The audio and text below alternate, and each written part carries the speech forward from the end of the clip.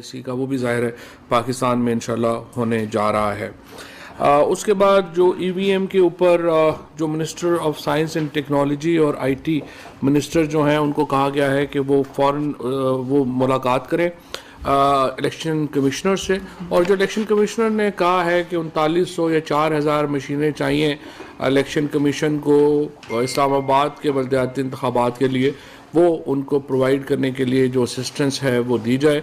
Election commission से हम ये कहते हैं कि वो टेंडर जारी करें ताकि उनको जो मशीनें हैं वो प्रोक्योर कर सकें और अगला इलेक्शन जो है वो हम EVM के ऊपर कराने में कामयाब हो सकें। थोड़ा सा यहाँ पे ये मैं आपको बताना चाहता हूँ कि इस वक्त जो सूरत हाल है उसमें जो तमाम हमारे इकनॉमिक इंडिकेटर्स हैं वो अल्हम्दुलिल्लाह मुस्बत हैं, और पाकिस्तान में इस वक्त जो एक ओवरऑल सिचुएशन है उसमें बिल्कुल वाज़े तौर के ऊपर ये नज़र आ रहा है कि उसमें एक इस्तेहकाम है।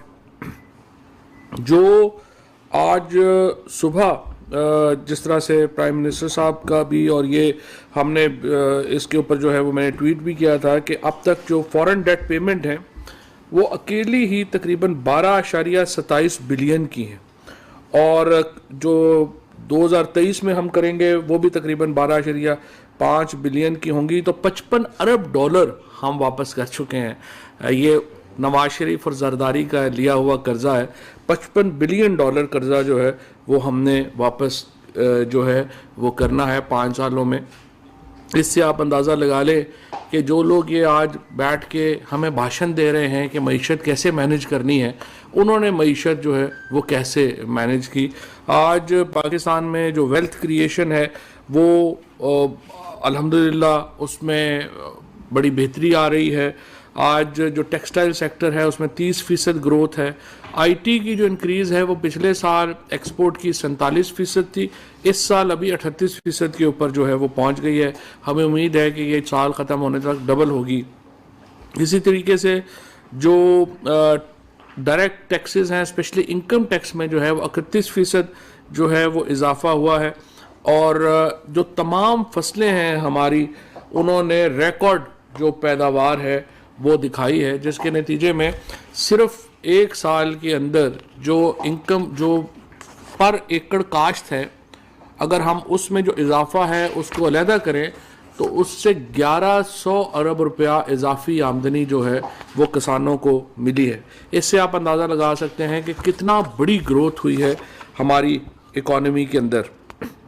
मैं इसमें सिर्फ जो करंट एक्सपेंडिचर है वो बड़ा है, लेकिन उसमें जो मेन ख़र्चा है हमारा वो दो है। एक तो हमने जो वैक्सीन मंगवाई है और उसका एक बहुत बड़ा ख़र्चा जो है वो हमने किया है, और अल्हम्दुलिल्लाह पाकिस्तान जो है इस वक्त वैक्सीन में बाकी ममालिक से बहुत आगे है। कोरोना की जंग जिस तरह पाकिस्तान ने लड़ी है, जाहिर है कि उसका कोई और मुकाबला नहीं है। और दूसरा बड़ा ख़र्चा जो 134 अरब रुपए हमने जो ये IPPs हैं इनको पेमेंट की हैं, और IPPs को पेमेंट करने इसलिए करनी पड़ी हैं कि ये वो सौदे हैं जो कि शहबाज शरीफ और नवाज शरीफ के दौर में हुए। ये बहुत महंगे प्लांट लगाए गए, एक तमाम जो इम्पोर्टेड फ्यूल के ऊपर प्लांट्स लगाए गए, और उसके नतीजे में पाकिस्तान में इस वक्त बिजली जो है वो महंगी है, क्योंकि हमें उन जो वो खर्चे भी हमें देने पड़ते हैं जो खर्चे होते ही नहीं हैं। यानी IPPs अगर बिजली की डिमांड नहीं भी है तो उनकी जो कैपेसिटी है उसके मुताबिक हमें जो बिजली के चार्जेस हैं देने पड़ते हैं। मसलन अगर एक IPP जो है वो 100 मेगावाट बिजली बना सकती है, लेकिन हमें ज़रूरत 25 मेगावाट की है, तो हम 25 मेगावाट का उसको पैसे नहीं देते, हम 100 मेगावाट के पैसे देते हैं। तो आप अंदाज़ा लगा लें कि कितना बड़ा एक इन्होंने जिस किस्म के इस वक्त उस वक्त वो मुआहदे किए, उसके नतीजे में पाकिस्तान का कितना बड़ा नुकसान जो है वो मुसलसल होता जा रहा है। और 2023 में तो ये अपनी पीक के ऊपर पहुंच जाएगा और हमें और भी अरबों रुपया जो है वो इसमें देना पड़ेगा। कॉटन जो है उसमें 19.5% जो फसल है उसमें इजाफा हुआ है। तकरीबन हम समझिए कि इस वक्त 8.5 million metric ton bale 8.5 million bales जो हैं वो हम प्रोड्यूस करेंगे। चावल जो है वो हम 8.8 मिलियन टन जो है वो इसमें हमने पैदा किया है, जो 4.8% ज़्यादा है पिछले साल से। और ये चावल की पाकिस्तान की तारीख की सबसे बड़ी फसल है जो इस साल हमें मिली है। इसी तरह से जो गन्ना है वो 88.1 मिलियन टन प्रोडक्शन हुई है, 8.7% इजाफा हुआ है, और ये भी पाकिस्तान की तारीख का सबसे बड़ा है। गंदम और मकई जो थी वो पिछले साल आपको पता है कि 27.3 मिलियन मेट्रिक टन थी, और जो मकई है वो 8.5 मिलियन मेट्रिक टन थी। ये भी दोनों फसलें जो हैं वो अपनी तारीख की सबसे बड़ी जो हैं फसलें थी। इसके साथ हमारे यहाँ इसी को रिफ्लेक्ट जो होता है वो हमारी आज जो ऑटो पॉलिसी जो नई दी गई है उसमें भी रिफ्लेक्ट होता है। हम अभी इस वक्त 2,40,000 गाड़ियां जो है वो पाकिस्तान बना रहा है। हमारा टारगेट ये है कि हम इनको 5 लाख गाड़ियों के ऊपर ले जाएं। जब 5 लाख गाड़ियों पे आप ले जाएंगे तो उसके नतीजे में एक सर जाएगा आपका पूरी की पूरी इंडस्ट्री में, और ये जो सारी चीज़ें हैं इससे ये पाकिस्तान के अंदर बनना शुरू हों तो असल जो कामयाबी है वो यही होगी, और उसी के ऊपर जो है वो हम इस वक्त कंसंट्रेट कर रहे हैं। मैं सिर्फ आपको ये बताना चाहता हूँ कि चूँकि हमारा जो एक ओवरऑल हमारी जो मईशत है उसमें जो लोगों की इनकम्स में जो इजाफा हुआ है वो बासानी आप अंदाज़ा लगा सकते हैं कि इस वक्त सिर्फ पिछले 2 सालों में जो हमारे कार मैन्युफैक्चरर्स हैं वो 5 से बढ़कर 15 हो गए हैं, और इस वक्त जो बहुत नई इन्वेस्टमेंट्स जो हैं वो कार मैन्युफैक्चरिंग में आई हैं, उसके साथ साथ जो हमारी एग्जिस्टिंग सेल्स है उनमें आई है फॉर एग्जांपल। और इसी तरीके से मैं आपको बताऊं कि जो बैंक्स ने 240 अरब रुपए से बढ़ा के 338 अरब रुपया अक्टूबर 2021 तक जो है वो कार फाइनेंसिंग में दिया है, यानी 338 अरब रुपया बैंकों ने, ये 44% जो है इजाफा हुआ है। इसी तरह से जो कारों की प्रोडक्शन है इसको जो पहले 5 महीने में जो ये हमारा 2021 का साल है इसमें ऑल टाइम हाई गई है, 1,11,435 के ऊपर कारों की प्रोडक्शन गई है। पिछले साल ये 65,998 के ऊपर थी, और ये 69% इंक्रीज हुई है कारों की मैन्युफैक्चरिंग में। और इसी तरह से जो मोटर बाइक्स हैं उनकी जो एक तो मोटर बाइक्स में हमने पहले अल्हम्दुलिल्लाह ये अचीव कर लिया है कि अब 85% जो मोटरसाइकिल है वो सिर्फ पाकिस्तान में ही बनता है, इसको बाहर से जो है वो नहीं मंगवाए जाते पार्ट्स जो हैं उसके। पहले ये था कि पार्ट्स जो हैं वो बाहर से मंगवाए जा रहे थे, अब जो है ये सारे। इसी तरीके से जो मोटर बाइक्स हैं, इसी तरीके से जो आपकी जीप्स हैं, इसी तरीके से जो आपकी मोटरसाइकिलें हैं, इसी तरीके से जो आपके ट्रैक्टर हैं, इन तमाम की जो फ़रोख्त है उसमें एक हिस्टोरिक इजाफा हुआ है। सुजुकी कल्टस की फ़रोख्त में 161% इजाफा हुआ है, सुजुकी वैगनर में 79% इजाफा हुआ है, सुजुकी बोलान में 32% इजाफा हुआ है, सुजुकी ऑल्टो की जो है वो 180% इजाफा हुआ है, और 6,775 यूनिट्स सिर्फ टोयोटा ने 1 जुलाई में जो है वो बनाए हैं। अब सवाल ये पैदा होता है, इसी तरह से जो बिजली की हमारी कंजम्पशन है उसमें तकरीबन 13% जो है वो इजाफा हुआ है, डीजल की कंजम्पशन में 26% इजाफा हुआ है। अब सवाल ये है कि अगर इतनी ज़्यादा पाकिस्तान में ये हम कह रहे हैं कि इकॉनमी नीचे चली गई है, महंगाई हो गई है, तो फिर ये इजाफे कैसे हो रहे हैं? जाहिर है कि पाकिस्तान में कंजम्पशन में एक बहुत बड़ा इजाफा हुआ है, और इसीलिए पाकिस्तान की मईशत का जो तमाम इंडिकेटर्स हैं वो अल्हम्दुलिल्लाह मुस्बत जा रहे हैं। और जब अगर आपकी ग्रोथ हो रही हो फिर नौकरियां भी पैदा हो रही हैं, आपके कंस्ट्रक्शन सेक्टर में, आपके एग्रीकल्चर सेक्टर में, टेक्सटाइल सेक्टर में, इन तमाम में हिस्टोरिक जो है वो बेहतरी आ रही है। लेकिन जब मैं दोबारा आपको याद दिलाना चाहता हूँ, 55 अरब डॉलर आपने वापस करने हैं इस साल। आप इससे अंदाज़ा लगा लें कि आपके ऊपर जो जुल्म हुआ है पाकिस्तान के ऊपर वो क्या हुआ है। और जब ये मुआशी बुज़ुर्ग महर बैठ के आपको बताते हैं कि किस तरह से मईशत को मैनेज करना है, तो आप उनसे ये भी सवाल पूछें कि जिस तरह से आप मैनेज करके गए हैं उस तरह तो बिल्कुल ही मैनेज जो है वो नहीं करना चाहिए। इसी तरीके से हमारे जो बैन ज़र मुबादला के ज़खायर हैं वो 20.3 अरब डॉलर से बढ़कर 25.2 अरब डॉलर जो है वो रिकॉर्ड किए गए हैं। 12 बरामदात का हुजम जो है वो पिछले साल की निस्बत 29% जो है वो उसमें इजाफा हुआ है।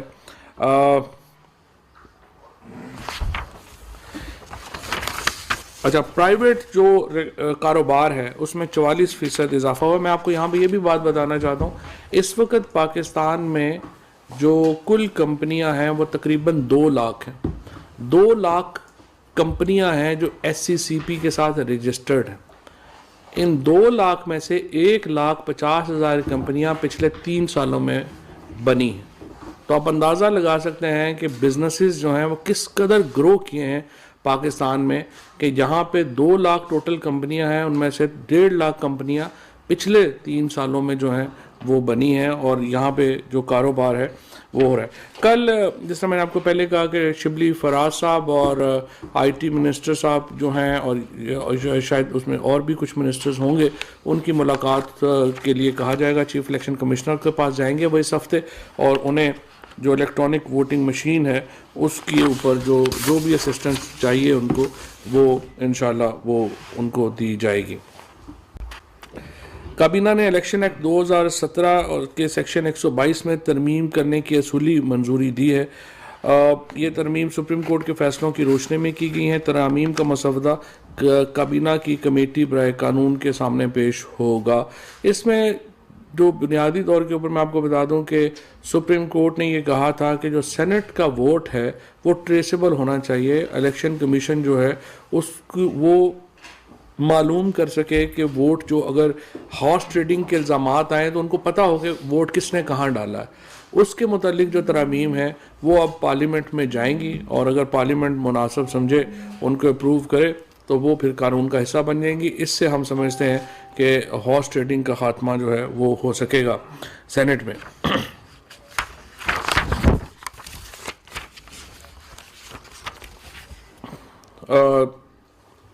जो एस्टैब्लिशमेंट डिवीजन की एक समरी थी, daily wages ad hoc temporary contract मुलाजमीन के मुतालिक, वो हाई कोर्ट ने कहा था कि उसको कैबिनेट के सामने पेश किया जाए, उसको कैबिनेट के सामने पेश किया गया है। इसी तरीके से जो एक्स पोस्ट फैक्टो मंजूरी दी गई है कर्ज़ों की, जो दिसंबर 2020 से नवंबर 2021 के दौरान हासिल किए गए, ये तकरीबन 3.98 बिलियन के कर्ज़े थे जिनके एक्स पोस्ट फैक्टो मंजूरी जो है वो दी गई है।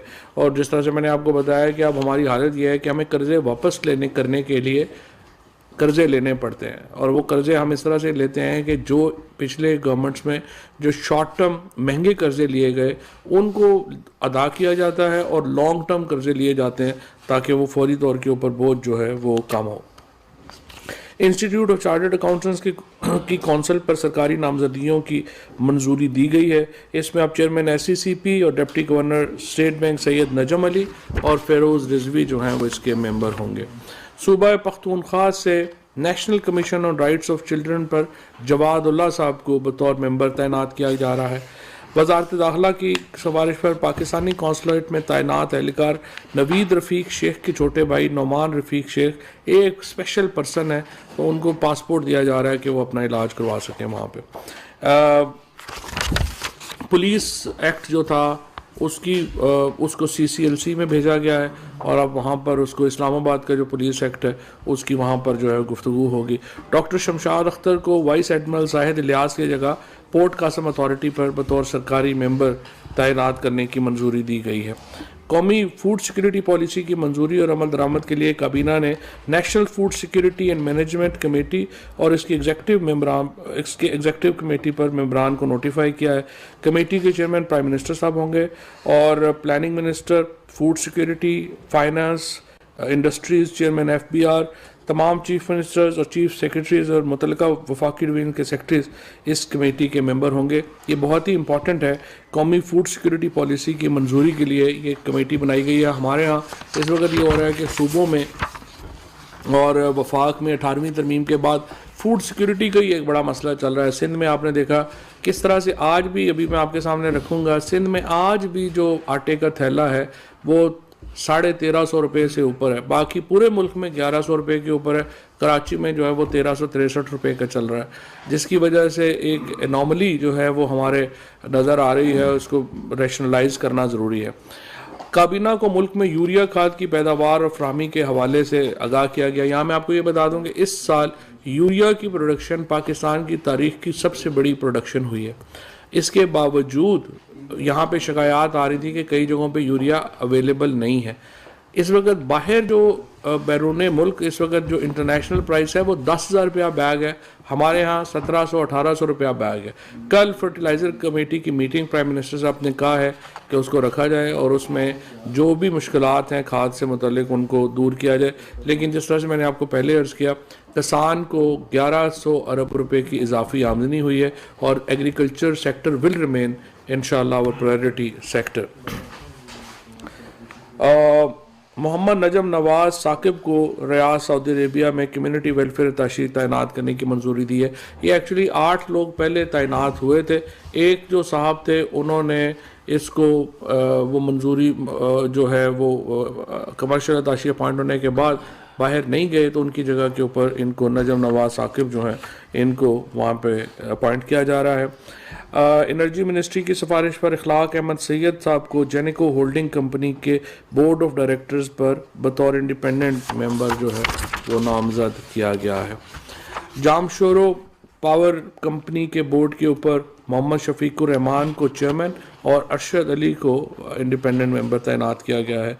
इसी तरीके से एनर्जी मिनिस्ट्री की सिफारिश पर chief engineer Multan electric MEPCO Allah Yar Khan को आर्जी तौर पे CEO मैपको तैनात करने की मंजूरी दी गई है और जो इक़्तिसादी राब्ता कमेटी के फैसले थे उनकी तौसीक की गई है। जो और इसी तरीके से जो वजारत कानून के जो CLC के जो एजेंडा था उसकी भी मंजूरी दी गई है। ये थी जी आज की काबीना की। सर KPK के इलेक्शन में जो कुछ हुआ उस पर क्या कंसर्न्स हैं और क्या आइंदा की हिकमत अमली है? आपकी तरफ से भी ट्वीट हुआ, प्राइम मिनिस्टर की तरफ से भी हुआ। देखिए आज तो वफाकी काबीना की मीटिंग थी, कोई उसकी जो हमारी एक कोर कमेटी की मीटिंग नहीं थी, लिहाजा उसके ऊपर इंशाल्लाह कोर कमेटी की मीटिंग में गुफ्तगू होगी। सर ये बस इसी से सवाल था कि क्या अभी जब ये सारे रिजल्ट्स आए सुबह प्राइम मिनिस्टर ने भी इस पर कंसर्न शो किया और उन्होंने बाकायदा कहा कि हमसे गलतियां हुई हैं, तो ये जानना ये चाह रहे थे कि क्या इस किसी लेवल पर आप लोगों की डिस्कशन इस सारे को लेकर या आगे की पाइपलाइन में आप लोग कोई ना कोई तो आखिर इसकी वजह होगी, तो आप उसे महसूस करने की। देखिए वजह तो बिल्कुल साफ जाहिर है ना, जब एक हल्के में 3-3 4-4 लोग आपकी एक ही पार्टी के इलेक्शन लड़ना शुरू कर देंगे तो इलेक्शन हारेंगे ही, और क्या होगा। सो यहाँ पे भी ज़्यादातर जगहों के ऊपर तो यही हुआ है कि टिकट्स जो हैं वो किसी को मिले हैं, 2-2 3-3 लोग जो हैं वो इलेक्शन खड़े हो गए हैं, हमारे MNA MPS कुछ नहीं है। ये तो हर हलके की अपनी मैनेजमेंट करनी पड़ती है और वो मैनेजमेंट के इश्यूज़ की वजह से ज़्यादातर इलेक्शन जो है वो KP में हारे हैं। लेकिन एक बार फिर देखें साबित यही हुआ है कि सिर्फ PTI ही मुल्कगीर जमात है, बाकी तो लोकल जमातें हैं।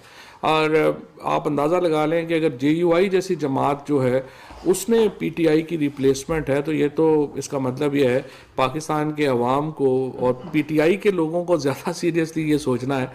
PTI अगर इस मुल्क में नहीं होगी तो एक तो मुल्क में कोई कौमी जमात नहीं होगी, और दूसरी बात यह है कि फिर जो मजहबी शिद्दत पसंद जमातें हैं जैसे JUI है, जमीयत उलमाए इस्लाम का जो जिस किस्म का इन्होंने 2002 में भी आपको मालूम है खैबर पख्तूनख्वा में इन्होंने तालीम को तबाह कर दिया था, इन्होंने फाइनेंस को तबाह कर दिया। सो बड़ी बदकिस्मती है कि हमारी गलतियों की वजह से एक ऐसी सियासी जमात जो है वहाँ पर एक नोटिस हुई है जिसको असूली तौर के ऊपर ख़त्म होना चाहिए था। जो हम इधर देखते हैं TLP का उभरना या जमीयत, इससे तो पाकिस्तान अल्टीमेटली नीचे जाएगा। नून लीग और PMLN का तो आपको पता चल गया कि उनकी तो कोई हैसियत नहीं है मुल्कगीर।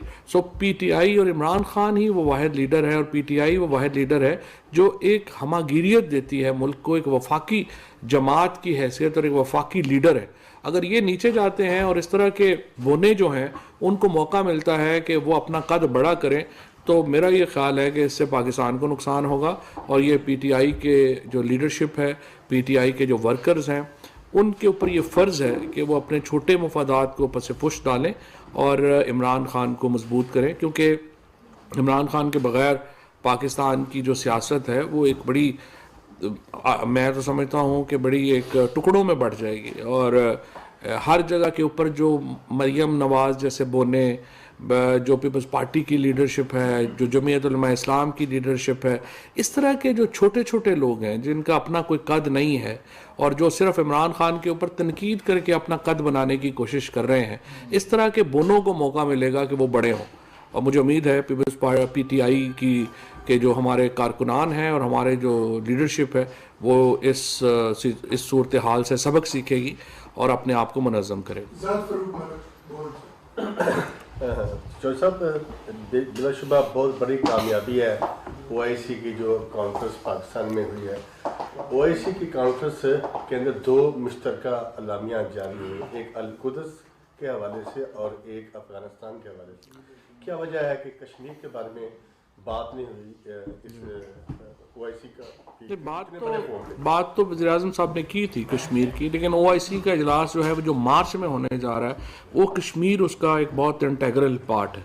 तो चूंकि मार्च में वो होने जा रहा है तो इसलिए कश्मीर को मार्च के लिए रखा गया। जी फ़हीम साहब, आपने बताया कि यूरिया की तारीखी प्रोडक्शन होगी, लेकिन अगर ऑन ग्राउंड देखें तो किसानों को ब्लैक में मिल रही है, 1200 की बोरी 1800 में मिल रही है। किसान 1200 की तो सरकारी बोरी भी नहीं है, ये तो मैं किसने कह दिया? 1800 तक मिल रही है। 70 वही तो 1200 की बोरी 1800 की मिल रही है, तो किसान परेशान है। लेकिन 1200 की तो बोरी है ही नहीं, कौन कह रहा है 1200 की बोरी? और साथ में दूसरा सवाल कि अफगानिस्तान कि 92 ने अपना ही रेट कर देता। 1200 में थी ना, 1200 का रेट 92 ने अपना सरकारी रेट 1700। अच्छा, दूसरा सवाल ये कि अफगानिस्तान में तालिबान आए। अच्छा, ये पहले सवाल का जवाब मैं पहले दे रहा हूँ। पहले ना देखें, पहली बात तो ये है कि आप देखें कि पिछले 2 हफ्तों में यूरिया की कीमत में 10 रुपये तक की कमी आई है और इस वक्त जो 1863 रुपये से कीमत कम होकर के अब तो तकरीबन 1842 रुपये के ऊपर जो है रह गई है। लेकिन इंटरनेशनल प्राइस इस वक्त क्या है? इंटरनेशनल प्राइस इस वक्त 10,000 रुपये बोरी है। तो आप कंपैरिजन करें कि हमने कितना अपने किसान को फ़ायदा दिया है इंटरनेशनल प्राइस से। अगर आपको मंगवानी पड़ जाती तो आपको लग पता जाता।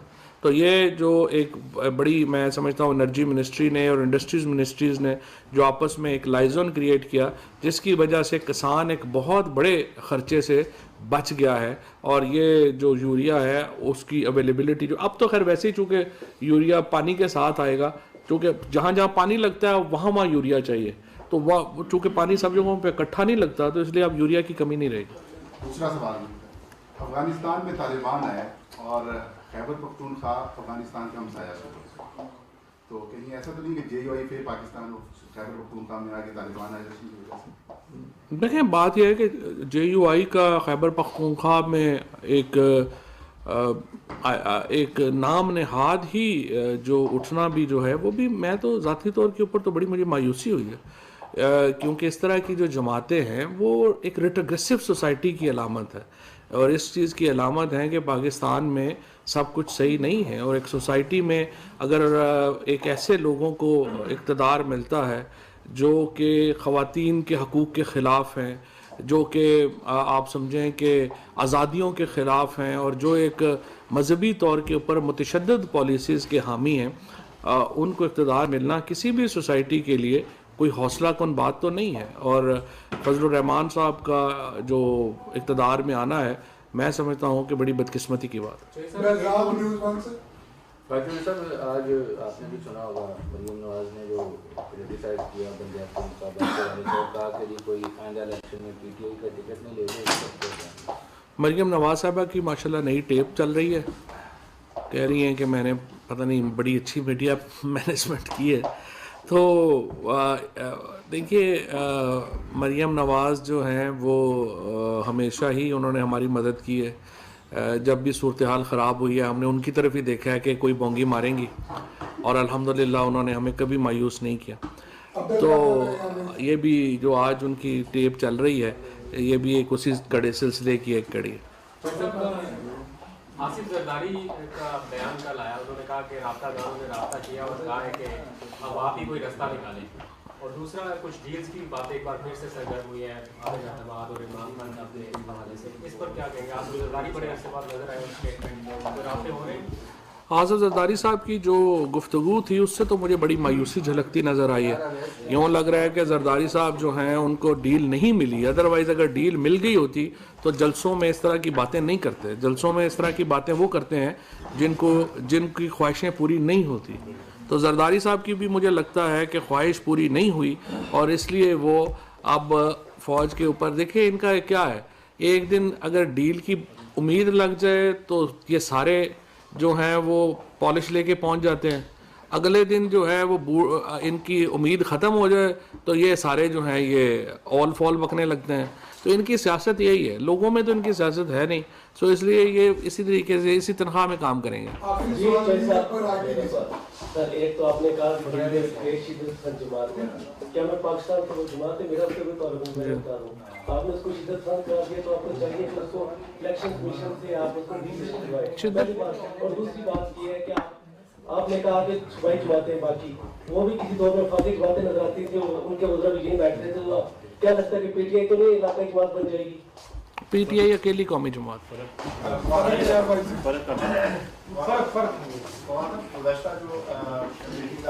आपने बताया था कि सर्दियों के मौसम में जो जितनी ज्यादा बिजली इस्तेमाल करेगा उससे रिलीज किया जाएगा, लेकिन गुज़श्ता हफ्तों में हमने देखा कि 4.5 रुपये यूनिट बिजली महंगी होगी है, तो किस तरह से हुकूमत रिलीज देगी? नहीं, बिजली महंगी नहीं हुई है, वो सिर्फ जो फ्यूल एडजस्टमेंट चार्जेस हैं 1 महीने के वो बढ़े। मसलन अक्टूबर के लिए 4 रुपये 70 पैसे 4 रुपये 30 पैसे आपने फ्यूल एडजस्टमेंट चार्जेस किए हैं।